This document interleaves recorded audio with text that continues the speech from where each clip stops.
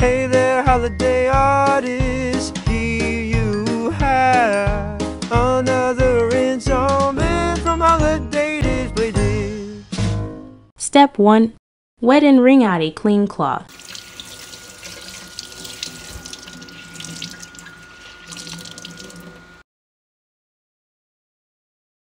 Step 2. Wipe off your inflatable. Any leftover moisture equals black mold.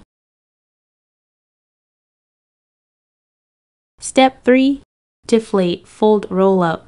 Don't be concerned about wrinkles. They'll fall out when reinflated.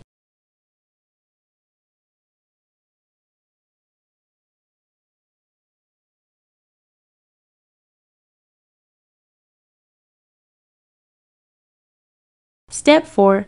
Store in either the original package or else a storage bin of your choice, as long as it is not stored with anything that can puncture and is protected from moisture.